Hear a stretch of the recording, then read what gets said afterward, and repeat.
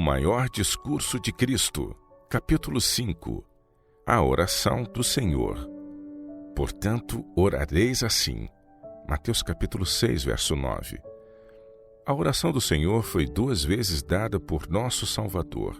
Primeiro à multidão, no Sermão da Montanha, e outra vez, meses mais tarde, aos discípulos apenas.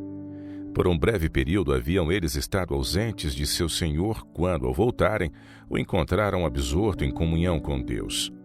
Como despercebido de sua presença, ele continuou a orar em voz alta. Um brilho celeste irradiava da face do Salvador.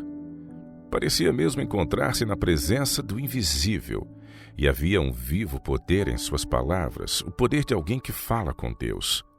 O coração dos discípulos foi profundamente comovido enquanto eles escutavam. Tinham observado quão frequentemente Jesus passava longas horas em solicitude, em comunhão com o Pai. Os dias passava-os a servir as multidões que se comprimiam em torno dele, e revelando os traiçoeiros sofismas dos rabis, e esse incessante labor deixava-o muitas vezes tão exausto que sua mãe e seus irmãos e mesmo os discípulos temiam que sacrificasse a vida. Ao volver, porém, das horas de oração que encerravam um afadigoso dia, notavam-lhe a expressão de paz na fisionomia, a sensação de refrigério que parecia desprender-se de sua presença. Era de horas passadas com Deus que ele saía, manhã após manhã, para levar aos homens a luz do céu. Os discípulos haviam chegado a ligar essas horas de oração com o poder de suas palavras e obras. Agora, ao escutar-lhe as súplicas, sentiram o coração encher-se de respeito e humildade. Quando ele acabou de orar, foi com certa convicção de sua profunda necessidade que exclamaram: Senhor, ensina-nos a orar. Lucas 11, verso 1. Jesus não lhes apresenta nenhuma nova forma de oração. Aquilo que já anteriormente lhes ensinara, repete agora, como se lhes quisesse dizer: vocês devem compreender o que já lhes dei. Isso encerra uma profundeza de sentido que vocês ainda não sondaram. O Salvador não nos restringe, entretanto, ao emprego exato dessas palavras. Identificado com a humanidade, apresenta seu próprio ideal de oração. Palavras tão simples que podem ser adotadas por uma criancinha e, todavia, tão compreensivas em sua amplitude que sua significação jamais poderá ser inteiramente apreendida pelos maiores espíritos. É-nos ensinado chegar a Deus com nosso tributo de ação de graças, dar a conhecer nossas necessidades, confessar os pecados que cometemos e reclamar-lhe a misericórdia em harmonia com a sua promessa. Quando orardes, dizei: Pai. Lucas 11, verso 2. Jesus nos ensina a chamar seu Pai nosso Pai. Ele não se envergonha de nos chamar irmãos. Hebreus 2, verso 11. Tão pronto, tão ansioso é o coração do Salvador de acolher-nos como membros da família de Deus, que logo nas primeiras palavras que devemos usar ao aproximar-nos de Deus, dá-nos a certeza de sua divina relação. Pai. Aí se encontra a declaração daquela admirável verdade, tão repleta de animação e conforto, de que Deus nos ama assim como ama seu Filho. Foi isto que Jesus disse na última oração que fez por seus discípulos: Tu os tens amado a eles como me tens amado a mim. João 17, 23. O mundo que Satanás tem pretendido e sobre o qual tem governado com tirania cruel, o Filho de Deus, por uma vasta consecução, circundou em seu amor, pondo-o novamente em ligação com o trono de Jeová. Querubins e serafins, bem como as inumeráveis hostes de todos os mundos não caídos, entoam cânticos de louvor a Deus e ao Cordeiro ao ser assegurado esse triunfo. Regozijaram-se em que à raça caída fosse aberto o caminho da salvação e que a terra fosse redimida da maldição do pecado. Quanto mais não se deveriam regozijar aqueles que são os objetos de tão surpreendente amor. Como podemos estar em dúvida e incerteza e sentir-nos órfãos? Foi em benefício dos que haviam transgredido a lei que Jesus tomou sobre si a natureza humana. Ele se tornou como nós a fim de podermos ter perene paz e segurança. Temos um advogado nos céus, e quem quer que o aceite como Salvador pessoal não é deixado órfão a carregar o fardo dos próprios pecados. Amados, agora somos filhos de Deus. E se nós somos filhos, somos logo herdeiros também, herdeiros de Deus e co-herdeiros de Cristo, se é certo que com Ele padecemos, para que também com Ele sejamos glorificados. Ainda não é manifestado o que havemos de ser, mas sabemos que quando Ele se manifestar, seremos semelhantes a Ele, porque assim como é o veremos. 1 João 3, verso 2, Romanos 8, 17. O primeiro passo mesmo ao aproximar-nos de Deus é conhecer e crer o amor que Ele nos tem. 1 João 4,16, pois é mediante a atração de seu amor que somos induzidos a ir para Ele. A percepção do amor de Deus opera a renúncia do egoísmo. Ao chamarmos Deus nosso Pai, reconhecemos todos os seus filhos como irmãos. Somos todos parte da grande teia da humanidade, todos membros de uma só família. Em nossas petições devemos incluir nossos semelhantes da mesma maneira que a nós mesmos. Pessoa alguma ora direito se busca bênção unicamente para si. O infinito Deus, disse Jesus, vos dá o privilégio de dele vos aproximardes chamando-o de Pai. Compreende tudo quanto isto implica. Pai terreno algum já pleiteou tão fervorosamente com um filho errante como o faz com o transgressor daquele que vos criou. Nenhum amorável interesse humano já acompanhou o impenitente com tão ternos convites. Deus mora em toda a habitação, ouve cada palavra proferida, escuta cada oração erguida ao céu, experimenta as dores e as decepções de cada alma e considera o tratamento dispensado a pai, mãe, irmã, amigo e semelhante. Ele cuida de nossas necessidades, e seu amor, sua misericórdia e graça estão continuamente a fluir para satisfazer nossa necessidade. Mas se chamais a Deus vosso Pai, vós vos reconheceis seus filhos para ser guiados por sua sabedoria e ser obedientes em todas as coisas, sabendo que seu amor é imutável. Aceitareis seu plano para a vossa vida. Como filhos de Deus, mantereis como objeto de vosso mais elevado interesse sua honra, seu caráter, sua família, sua obra. Tereis regozijo em reconhecer e honrar vossa relação com o Pai e com cada membro de sua família. Alegrar-vos-ei em praticar qualquer ato, embora humilde, que contribua para a sua glória ou o bem-estar de vossos semelhantes. Que estás nos céus. Aquele a quem Cristo nos ordena considerar nosso Pai está nos céus, faz tudo o que lhe apraz.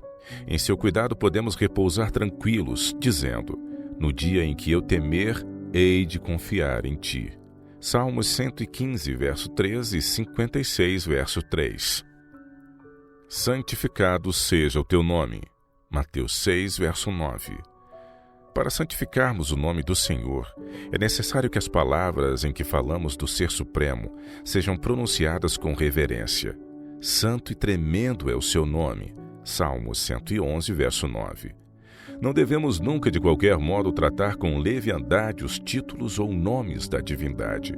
Ao orar, penetramos na sala de audiência do Altíssimo e devemos ir à sua presença possuídos de santa reverência.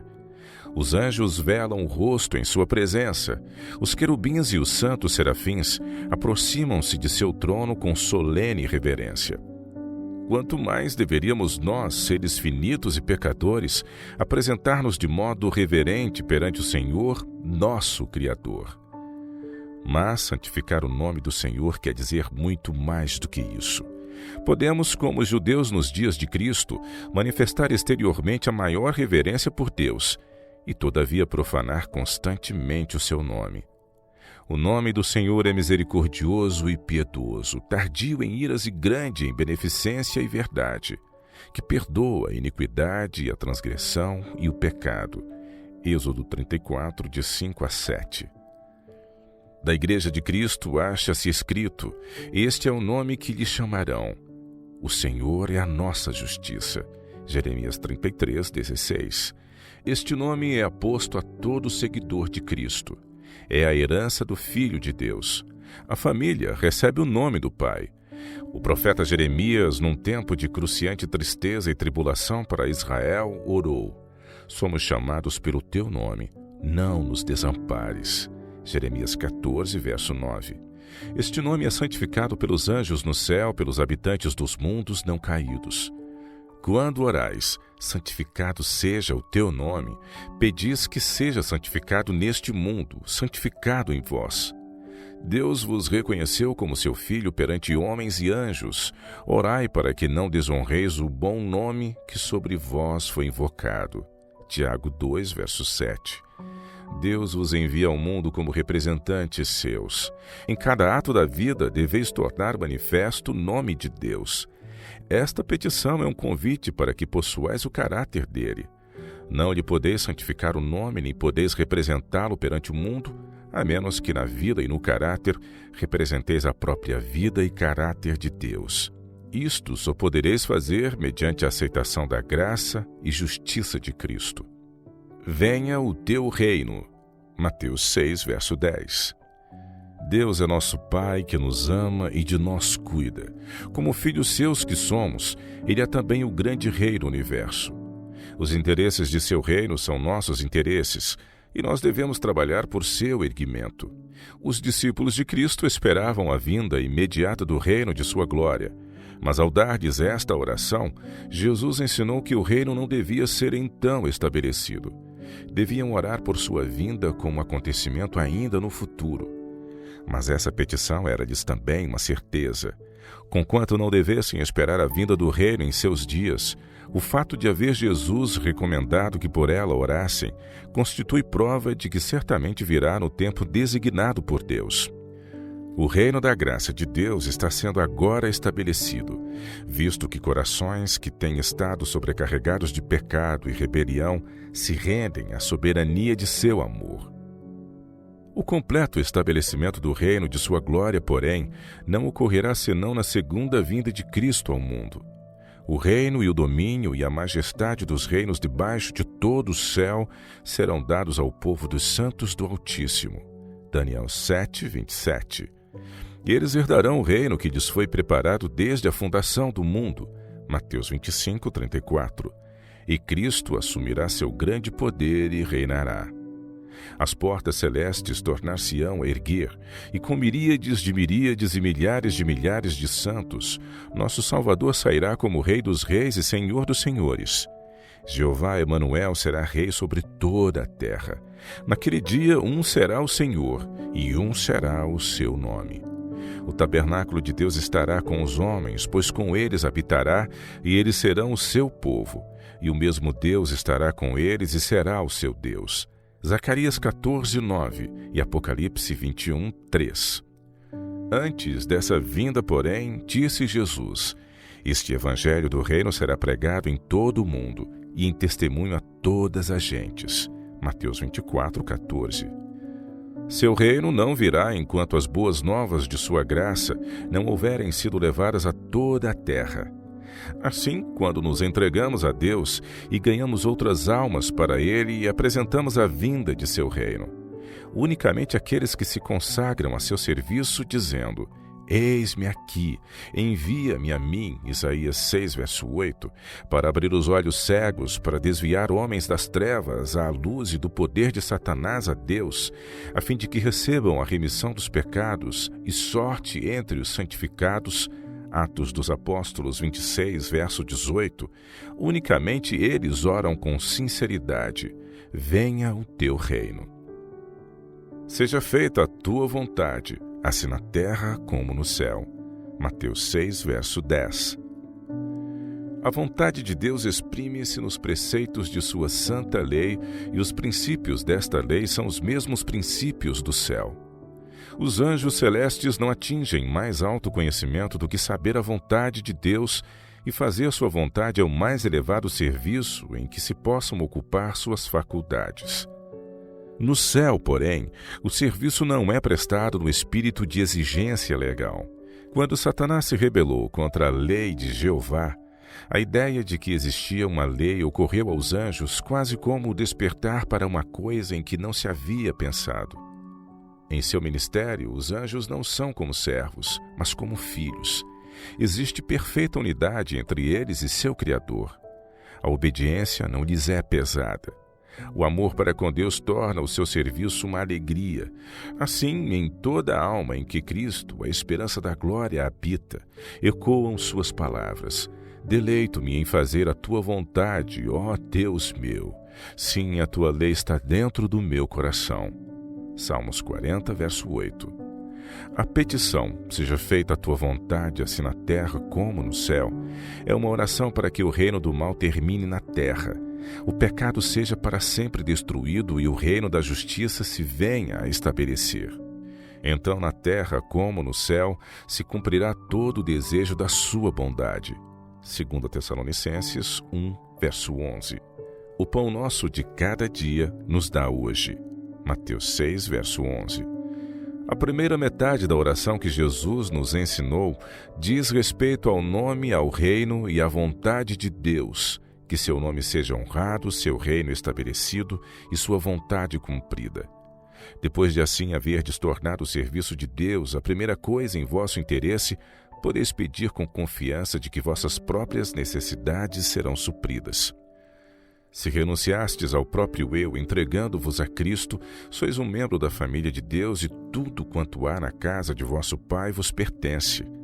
Todos os tesouros de Deus vos estão franqueados, tanto o mundo que agora existe como o por vir.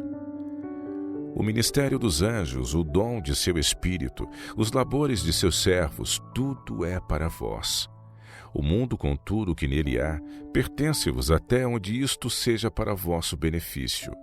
A própria inimizade do maligno se demonstrará uma bênção na disciplina que vos proporciona para o céu. Se vós sois de Cristo, tudo é vosso. 1 Coríntios 3, 23 e 21. Sois, porém, como uma criança, a quem não se confia ainda a direção de sua herança. Deus não vos entrega a vossa preciosa possessão, para que Satanás, por seus astutos ardis, não vos engane, como fez com o primeiro par no Éden. Cristo mantém para vós além do alcance do espoliador. Com uma criança, recebereis dia a dia o necessário para a necessidade diária. Cada dia deveis orar. O pão nosso de cada dia nos dá hoje. Não desanimeis se não tendes o suficiente para amanhã. Tendes a garantia de sua promessa. Habitarás na terra e verdadeiramente serás alimentado. Diz Davi: fui moço e agora sou velho, mas nunca vi desamparado o justo, nem a sua descendência a mendigar o pão. Salmos 37, versos 3 e 25. Aquele Deus que mandou os corvos alimentarem Elias junto à fonte de Querite, não passará por alto um de seus filhos fiéis pronto a se sacrificar. A respeito daquele que anda em justiça, está escrito: o seu pão lhe será dado, as suas águas são certas. Não serão envergonhados nos dias maus, e nos dias de fome se fartarão. Aquele que nem mesmo a seu próprio filho poupou, antes o entregou por todos nós, como nos não dará também com ele todas as coisas? Isaías 36, 16, Salmos 37, 19 e Romanos 8, 32. Aquele que aligeirava os cuidados e ansiedades de sua mãe viúva e a ajudava a prover a casa de Nazaré, compreende toda mãe em sua luta por prover alimento aos filhos. O que se compadeceu das turpas, porque estavam fatigadas e derramadas, Mateus 9, 36, ainda se compadece dos pobres sofredores. Sua mão está estendida para eles em uma bênção, e na própria oração que ensinou aos seus discípulos, ensina-nos a lembrar os pobres. Quando oramos, o pão nosso de cada dia nos dá hoje, pedimos para outros da mesma maneira que para nós mesmos. E reconhecemos que aquilo que Deus nos dá não é somente para nós. Deus nos dá em depósito a fim de podermos alimentar os famintos. Em sua bondade, providenciou para os pobres. Salmo 68, verso 10. E ele diz: quando deres um jantar ou uma ceia, não chames os teus amigos, nem os teus irmãos, nem os teus parentes, nem vizinhos ricos. Mas quando fizeres convite, chama os pobres, aleijados, mancos e cegos, e serás bem-aventurado, porque eles não têm com que te recompensar, mas recompensado te será na ressurreição dos justos. Lucas 14, de 12 a 14. Deus é poderoso para fazer abundar em vós toda a graça, a fim de que, tendo sempre em tudo toda suficiência, abundeis em toda boa obra. O que semeia pouco, pouco também ceifará. E o que semeia em abundância também ceifará. 2 Coríntios 9, 8 e 6. A oração pelo pão de cada dia inclui não somente o alimento para sustentar o corpo, mas aquele pão espiritual que nos nutrirá para a vida eterna. Jesus nos ordena: trabalhai não pela comida que perece, mas pela comida que permanece para a vida eterna. João 6, 27. Ele diz: eu sou o pão vivo que desceu do céu. Se alguém comer deste pão, viverá para sempre. Verso 51. Nosso Salvador é o pão da vida e é mediante a contemplação de seu amor e recebendo esse amor no coração que nos nutrimos do pão que desceu do céu. Recebemos a Cristo por meio de sua palavra, e o Espírito Santo é dado a fim de esclarecer a palavra ao nosso entendimento, impressionando-nos o coração com suas verdades. Devemos dia a dia orar para que, ao lermos sua palavra, Deus envie seu Espírito a fim de que se nos revele a verdade que nos fortaleça a alma para a necessidade do dia. Ensinando-nos a pedir cada dia o que necessitamos, tanto as bênçãos temporais como as espirituais, Deus tem um propósito para nosso bem. Deseja que reconheçamos nossa dependência de seu constante cuidado, pois procura atrair-nos em comunhão com Ele. Nessa comunhão com Cristo, mediante a oração e o estudo das grandes e preciosas verdades de sua palavra, seremos alimentados como almas que têm fome, como os que têm sede seremos dessedentados à fonte da vida. Perdoa-nos os nossos pecados, pois também nós perdoamos a qualquer que nos deve. Lucas 11, verso 4. Jesus nos ensina que só poderemos receber o perdão de Deus se também nós perdoarmos aos outros. É o amor de Deus que nos atrai para Ele, e esse amor não nos pode tocar o coração sem criar amor por nossos irmãos. Terminando a oração do Senhor, Jesus acrescentou: se perdoardes aos homens as suas ofensas, também vosso Pai Celestial vos perdoará a vós. Se, porém, não perdoardes aos homens as suas ofensas, também vosso Pai não vos perdoará as vossas ofensas. Aquele que não perdoa obstrui o próprio conduto pelo qual unicamente pode receber misericórdia de Deus. Não deve pensar que, a menos que os que nos prejudicaram confessem o mal, estamos justificados ao privá-los de nosso perdão. É dever deles, sem dúvida, humilhar o coração pelo arrependimento e confissão. Cumpre-nos, porém, ter espírito de compaixão para com os que pecaram contra nós, quer confessem, quer não suas faltas. Não importa quão cruelmente nos tenham ferido, não devemos acariciar nossos ressentimentos, simpatizando com nós mesmos pelos males que nos são causados. Mas como esperamos nos sejam perdoadas nossas ofensas contra Deus, cumpre-nos perdoar a todos os que nos têm feito mal. O perdão, porém, tem sentido mais amplo do que muitos supõem. Dando a promessa de que perdoará abundantemente, Deus acrescenta como se o significado dessa promessa excedesse a tudo o que pudéssemos compreender. Os meus pensamentos não são os vossos pensamentos, nem os meus caminhos os vossos caminhos, diz o Senhor. Porque assim como os céus são mais altos do que a terra, assim são os meus caminhos mais altos do que os vossos caminhos e os meus pensamentos mais altos do que os vossos pensamentos. Isaías 55, versos 7 a 9. O perdão de Deus não é meramente um ato judicial pelo qual Ele nos livra da condenação.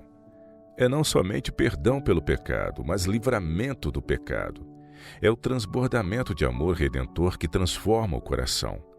Davi tinha a verdadeira concepção do perdão ao orar. Cria em mim, ó Deus, um coração puro e renova em mim um espírito reto. Salmo 51, verso 10.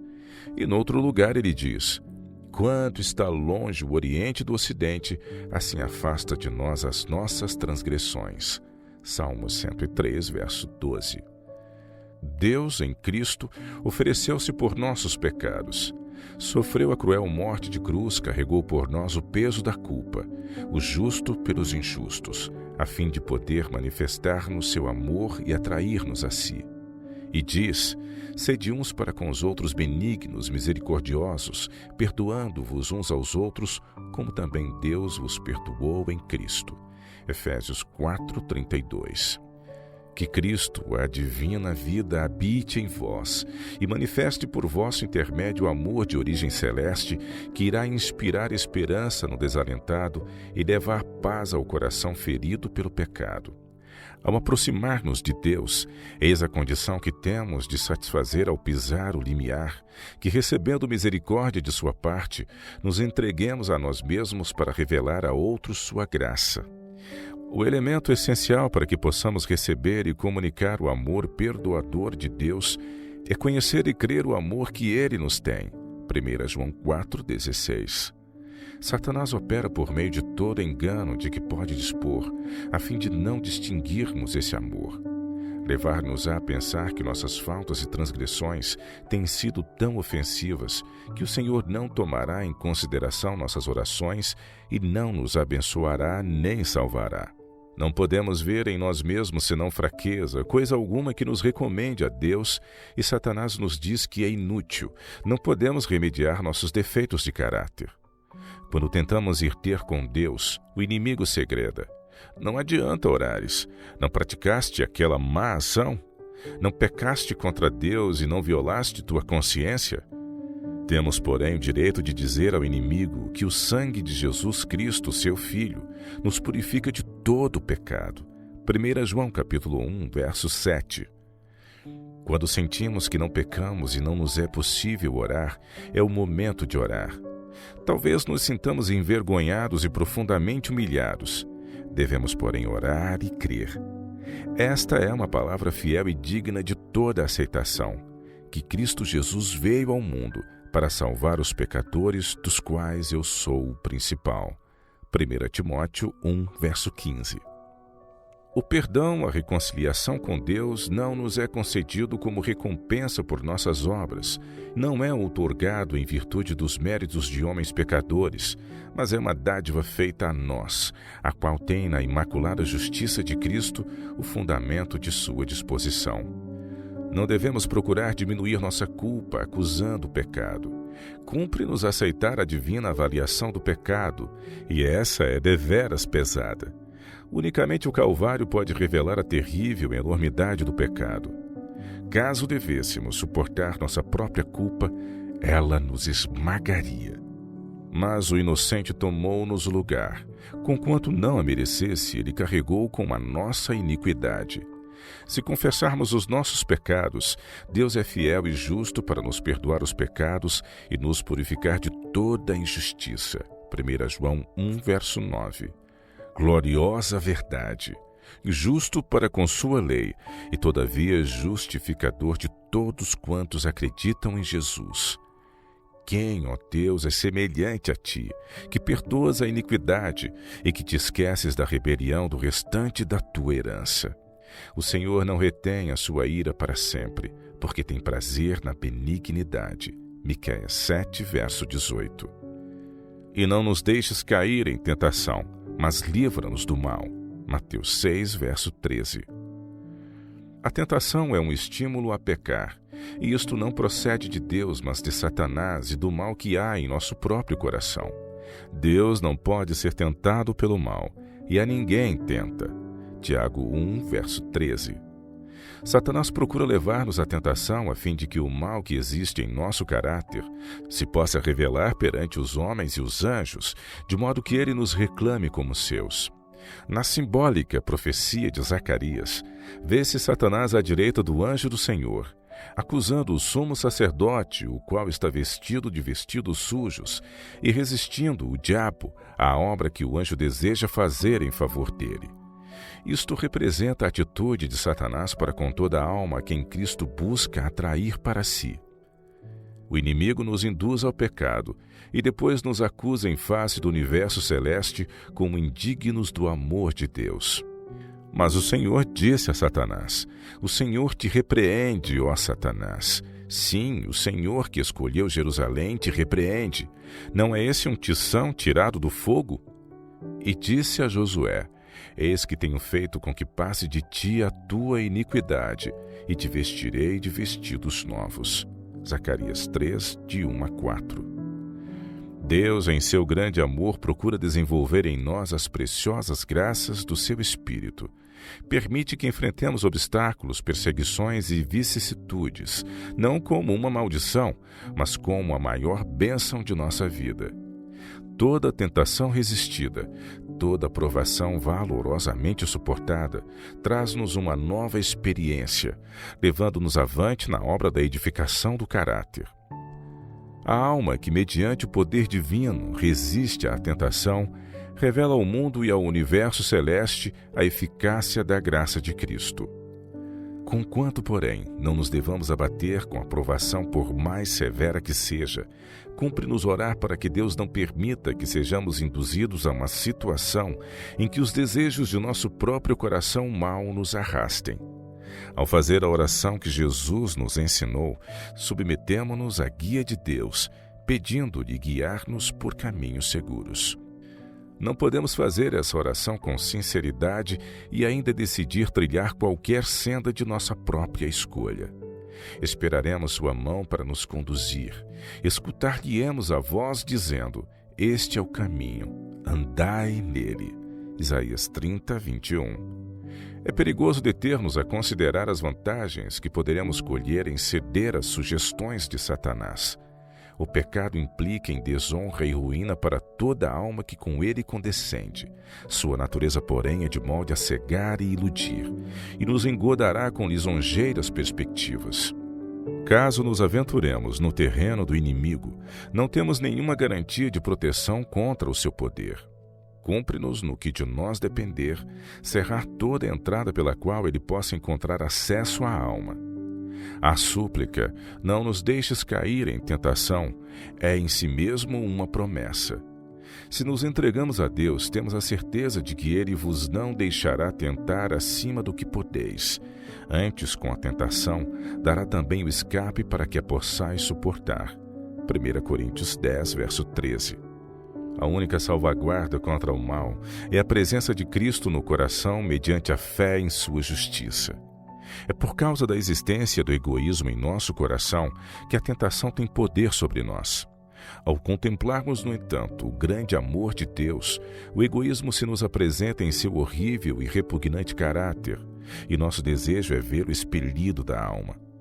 À medida que o Espírito Santo glorifica a Deus, nosso coração é abrandado e subjugado, as tentações perdem sua força e a graça de Cristo transforma o caráter. Cristo jamais abandonará a alma por quem morreu. A alma poderá deixá-lo e ser vencida pela tentação. Cristo, porém, não pode nunca se desviar daquele por quem pagou o resgate com a própria vida. Fosse nossa visão espiritual vivificada e veríamos almas vergadas sob a opressão e carregadas de desgosto, oprimidas como o carro sob os molhos, e prestes a morrer em desalento.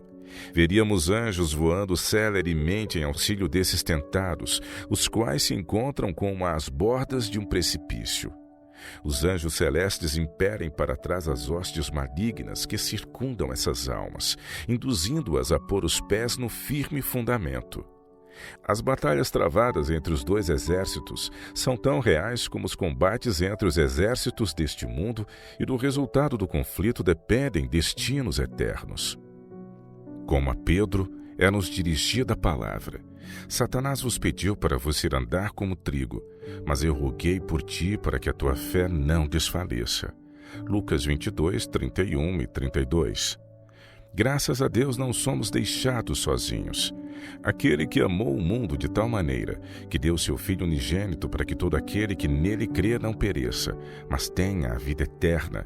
João 3,16, não nos abandonará na batalha contra o adversário de Deus e do homem.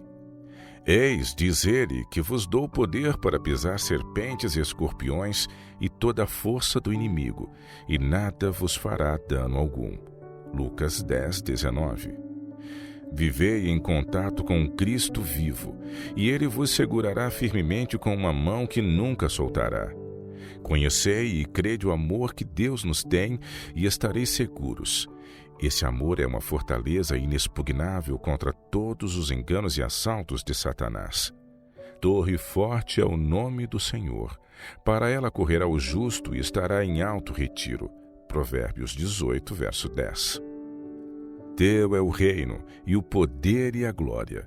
Mateus 6, verso 13. A última, como a primeira sentença da oração do Senhor, volve-nos para o Pai como se achando acima de todo poder e autoridade e todo nome que se nomeia. O Salvador contemplou os anos que se estendiam diante dos seus discípulos, não como haviam sonhado ao brilho da prosperidade e da honra mundanas, mas obscurecidos pelas tempestades do ódio humano e da ira satânica.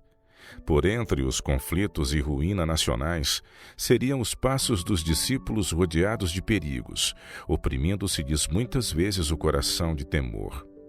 Eles veriam Jerusalém reduzida à desolação, o templo arrasado, seu culto para sempre acabado e Israel disperso para todas as terras, quais náufragos em uma praia deserta. Jesus disse: E ouvireis de guerras e rumores de guerras. Se levantará nação contra nação e reino contra reino, e haverá fomes e pestes e terremotos em vários lugares. Mas todas estas coisas são princípio de dores. Mateus 24, de 6 a 8. Todavia, os seguidores de Cristo não deviam temer que sua esperança ficasse perdida, ou que Deus houvesse abandonado a terra. O poder e a glória pertencem àquele cujos grandes desígnios avançam ainda, não entravados rumos à consumação. Na oração que exprime suas necessidades diárias, os discípulos de Cristo foram guiados a olhar acima de todo poder e domínio do mal, ao Senhor seu Deus, cujo reino domina sobre todos e o qual é seu Pai e seu amigo eternamente. A ruína de Jerusalém era um símbolo da ruína final que assolará o mundo. As profecias que tiveram seu parcial cumprimento na queda de Jerusalém têm mais direta aplicação aos derradeiros dias. Encontramo-nos no limiar de grandes e solenes acontecimentos. Acha-se diante de nós uma crise como o mundo jamais presenciou. E quão doce nos é a nós, como aos primeiros discípulos, a certeza que nos é dada de que o reino de Deus domina para sempre. O programa dos acontecimentos por vir está nas mãos de nosso Criador. A majestade do céu tem a seu cargo o destino das nações, bem como os interesses de sua igreja. A todo instrumento na consecução de seus planos, como a Ciro outrora, diz o divino instrutor: Eu te cingirei, ainda que tu me não conheças. Isaías 45, verso 5. Na visão do profeta Ezequiel, sob as asas do querubim havia a aparência de uma mão. Isto deve ensinar a seus servos que é o poder divino que lhes confere êxito. Aqueles a quem Deus emprega como seus mensageiros não devem pensar que sua obra deles depende. Não é permitido que seres finitos carreguem esse peso de responsabilidades. Aquele que não tosqueneja, que opera continuamente pelo cumprimento de seus desígnios, há de levar avante a sua obra. Ele embargará os propósitos dos ímpios e confundirá os conselhos dos que tramam maldades contra o seu povo. Senta-se entre os querubins e por entre as contendas e tumultos das nações, guarda ainda os seus filhos. Aquele que reina nos céus é nosso Salvador. Mede cada provação, vigia o fogo da fornalha que há de provar cada alma. Quando forem derribadas as fortalezas dos reis, quando as setas da ira penetrarem o coração de seus inimigos, a salvo se encontrará seu povo em suas mãos. Tua é, Senhor, a magnificência e o poder e a honra, e a vitória e a majestade, porque teu é tudo quanto há nos céus e na terra. Na tua mão há força e poder, e na tua mão está o engrandecer e dar força a tudo. 1 Crônicas 29, 11 e 12.